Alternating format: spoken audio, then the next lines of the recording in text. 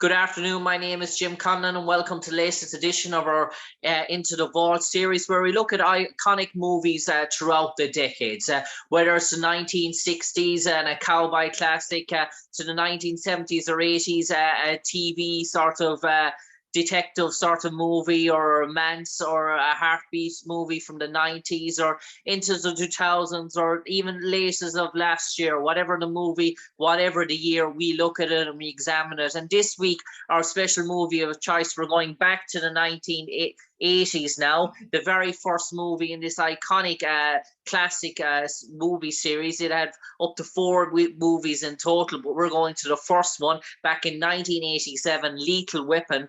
Obviously, if people are familiar with Lethal Weapon and the iconic cast of Mel Gibson, Danny Glover, Gary Busey, who appeared in the first movie, to name but a few. But our special guest this evening, she played the role of Rianne Murtaugh in the Lethal Weapon movies, the one and only Traci Wolfe. And Traci, I do believe you played a teenager in the very first Lethal Weapon movie, but you were actually 26 years of age, so you were no spring chicken by any means to be playing a teenager in the first Lethal Weapon. No, that's true. But if you think about it, back then, they were using actresses and actors that were older. Think about what Michael J. Fox in Back to the Future, The Karate Kid, Ralph Macchio, everybody. I mean, it was just kind of common to. I think it was easier because we didn't have to go to school. We were legal, and we could hang out afterwards. And I suppose, Traci, for you, I know the first 2 members of the cast were recruited were Mel and Danny, in terms of those starting and those sort of roles. What was the auditioning process for you like? Were you recruited fairly shortly after that? No, my audition process took several months. I think I recall going into to my first casting. I'm going to say I went through a series of at least four auditions, maybe five. I think I had 2 auditions with the casting director. Then I met Dick Donner, and then I had a screen test with Darlene Love, and then I think I met Joel Silver and Dick Donner together, and then I found out that I had gotten the role. So during the whole casting process, you never did a read with Danny Glover at all? No, I didn't meet Danny and Mel, either one of them, until I actually got to LA, and Dick had me come right on set, and it was the scene where Mel is about to jump off of the building. Actually, I witnessed that scene. He jumps off the building. He's like, "Yeah, do you really want to see crazy?" Remember that scene? So he's saying that he jumps off the building, lands in the stunt bag. Danny and Mel both. That's where I met them. Okay. Wow. And I know the stunt coordinator for the movie, he did an awful lot of work pre the movie with Danny and Mel, was Bobby Bass. Did did you have any sort of work to do with Bobby at all? I didn't really, other than on the desert scene. Wait, I do remember. He gave me advice because the desert scene, there were times when I was driving the limousine, and there were times when the helicopter was actually touching down, actually making physical contact with the car, I was not the driver. So that was a stuntman in the car, and Bobby was there, and he gave me some advice on like how to drive the car, where I needed to stop, just tidbits and safety precautions. And one thing noticed, Traci, in terms of the shoot, it started on August the 6th and it was finished on November the 14th. So it was roughly a 3-month sort of shoot. So it was a long enough production. Yeah, you're right. I was in LA for pretty much the entire time. I think I might have come in shortly after. Yeah, I was there for 3 months. Yeah. And was it like when you were on set, in terms of the scenes that you were involved in, were you involved in 7-8 hour days and maybe 2 or 3 days off? I imagine for Mel and Danny, I suppose it was probably 12-hour days. They were constantly on set because they were most constantly in every scene. Mm-hmm. Yeah, no, we had long days, but it didn't feel long because I would, you're talking to other cast members and really having a lot of fun. So it didn't feel like work.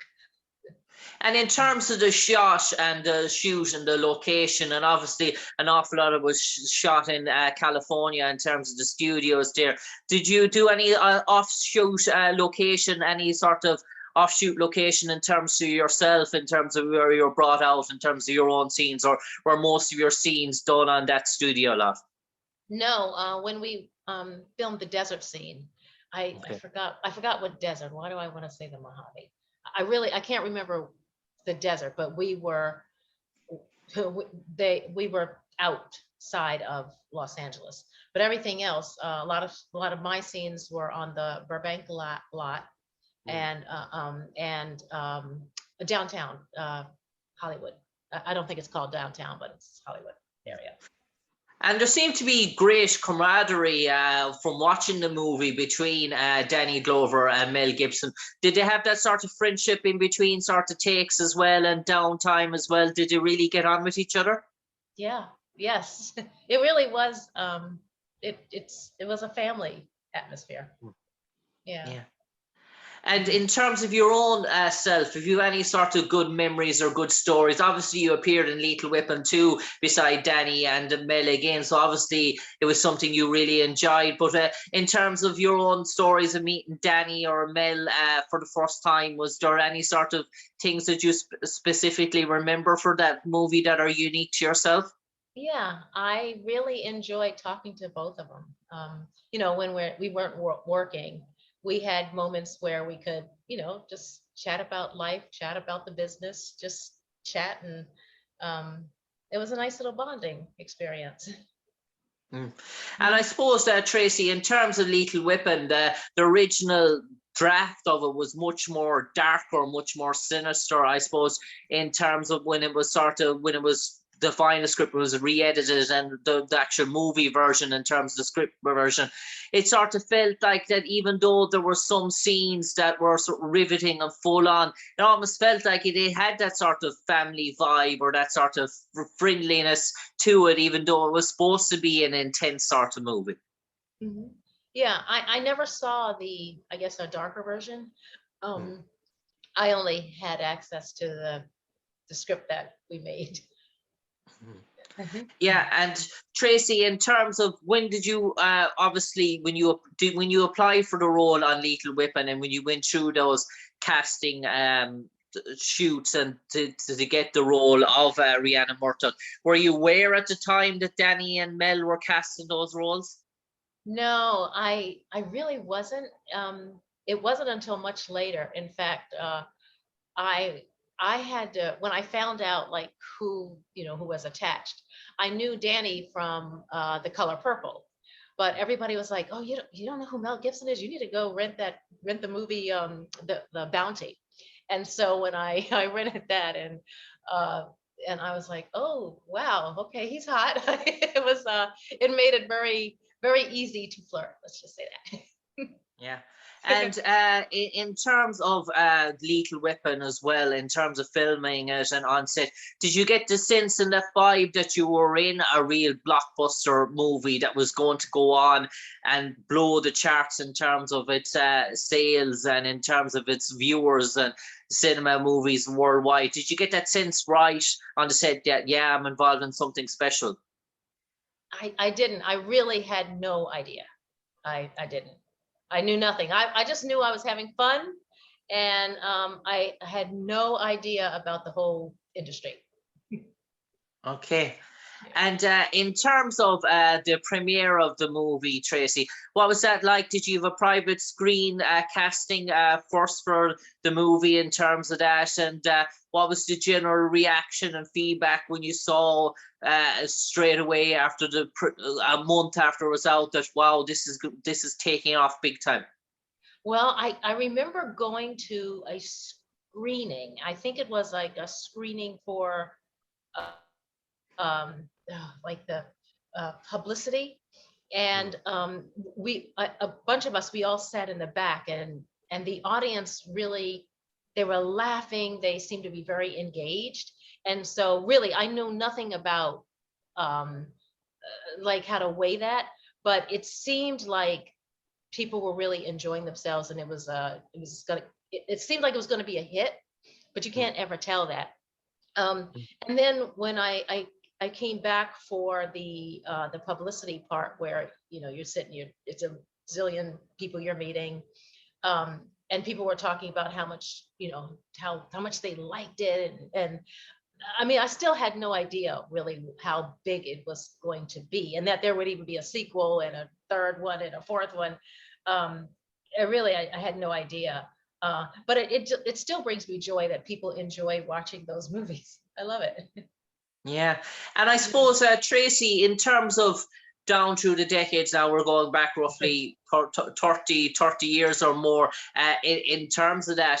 When you see it every year, Lethal Weapon pops up on our TV, where it's around the Christmas time or around Halloween, and do you ever start to feel sort of reminiscence, that it brings you back, the nostalgia sort of comes in, that there's every month or every 2 months that you turn on the TV, you're at home with family or loved ones, that Lethal Weapon pops up out of a sudden here and there? And have you watched it many times on TV, or do you think, well, I know what happens in this one, I've been involved in that, I might skip the channel? I really don't watch them like that anymore. I will watch them if somebody, like, in fact, just recently I was talking to a person, and they did not realize that I was the daughter in the movie, and they were like, "Oh my God, I had the biggest crush on you." So it's always just kind of funny that when people are seeing it, when they saw it then, and now they're like, "Now I have to go back and see it because now I know you." So I totally forgot what your question was, though. I mean, No, in terms of, did you like watching them back personally? oh, yes, that question, yes, because it is fun, and I will always have such fond memories. I mean, it's I don't know if anything ever can top it. So yeah. And Traci, for you, was it a done deal once you heard about that they were going to make a sequel for it? That when the producers and director said, "Would you like to come back play this role?" Was there no questions on your mind, no hesitations, anything like that? Was it, yeah, sure, sign me up again? That's it. Absolutely. Yeah. That's what I said. And obviously, coming back for the sequel, then there must have been great sense of excitement, but also a great sense of expectancy to sort of live up to the first movie. You know, yeah, I didn't think of it like that.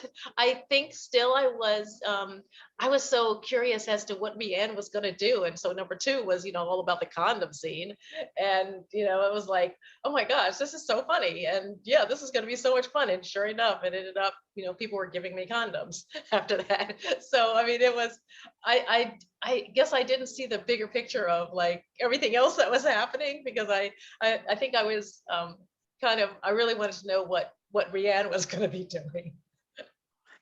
Yeah, so when you saw that sort of script and when you saw that sort of scene, did you think, well, they're going a bit X-rated here with my character? She's going to be a poster girl for an advertisement in chastity or something. Yeah, exactly. Yes. It was fun. It was fun. And in terms of forging that, you mentioned that sort of chemistry with Mel Gibson, and the first movie and the second movie, and that sort of antagonizing that relationship that sort of antagonizes Danny Glover in terms of the closeness of Mel and his eldest daughter. Do you find that sort of riveting in terms of playing that sort of role, in terms of that sort of creating that precious sort of father-daughter intimacy, and then, well, his best friend, she likes his dad's best friend sort of thing? Yeah, I know. I so saw that. Young. She's like young, and just kind of exploring what she likes, and this guy who also is a cop, because she clearly has a great relationship with her father, who's a cop. So why wouldn't she be kind of drawn to this handsome man who Dad has brought home for dinner. I mean, you know, I mean, that introduction, I mean, it made sense to me for sure. And who knew that, you know, he was always supportive, you know, even in the condom, with that commercial, he was like, oh, I thought you looked good. And, you know, I mean, you know, of course she's like, oh my gosh, you think I look good? Of course, you know, Danny doesn't like that. Like, you know, but I mean, I thought it was tender. And do you have still to this day, do you have a close relationship with Mel Gibson and Danny Glover? I do. I speak. We communicate. Mhm. Yeah. Yeah. I think it'll Yeah. always be. Yeah. Yeah. And is that roughly because you went through that roller coaster adventure where it wasn't just one movie, there was a couple of movies that created that sort of bond when you came back and you saw each other again, that the friendships and relationships continue to grow? Yes. I really think that, yeah, I think it was just an honest, I don't know, an honest, sweet friendship. And, yeah, I think we were all vulnerable. I mean, you can never tell if something is going to be a success. At least I don't, maybe higher ups can, I cannot.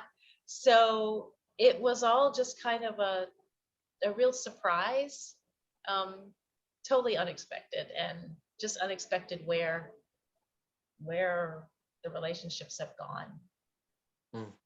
And I suppose in terms of the character Rianne Murtaugh, how would you describe her? What sort of person was she in terms of Lethal Weapon and the sequels, in terms of growing up, in terms of, did she go through a sort of rather transformation, or did she stay very much the same? No, she did go through a transformation. She was following her dreams, you know, from the acting, and I think in number 3, she ended up, she was shooting a commercial, and of course Bill saves her, thinking that she's on, you know, it was that she was in distress. Number 4, she was pregnant, and she had married, secretly married Chris Rock, another cop. So she clearly, you know, is, again, because of her good relationship with her father being a cop, it's not unfamiliar for her to know what cop life is like, and to be drawn to men, you know, that are you know, policemen, or even in the force. So in number 4, she was pregnant and getting ready to go on a whole new journey, and I'm not quite sure. We never really touched on it, whether or not she was still acting or not. I like to think that she had put that on hold to have the baby, and then who knows what. I'm not sure. Yeah. And Traci, in terms of your own sort of career, it's brought you all over the world. Have you ever done their shores here in Ireland? I have not, and I want to. So I like the outdoors, and I like hiking, and Ireland is so green, and I just would love to. I've heard there's some really pretty trails there. And finally, for me to you, Traci Wolfe, as we wrap up this interview in this week's Into the Vault series, looking back at your time in Lethal Weapon, if you could summarize your time in Lethal Weapon playing the role of Rianne Murtaugh in 2 sentences, what would those 2 sentences be? I fondly, my 2 sentences. Gosh, you want to put me there, 2 sentences. I thoroughly enjoyed that ride. All 4. I thoroughly enjoyed everybody who touched my heart. On that note, Traci Wolfe, an absolute pleasure to talk to you in this week's Into the Vault series, where you look at iconic movies back through the decades. Our movie and feature this week was in 1987, the first in the 4-part series of the Lethal Weapon franchise. Traci Wolfe played the character Rianne Murtaugh alongside Mel Gibson, Danny Glover, Gary Busey, Mitchell Ryan, and Darlene Love. An absolute pleasure talking to you this week, Traci Wolfe, and we wish you all the best in your future endeavours. Take care. Thank you so much. Thank you for having me.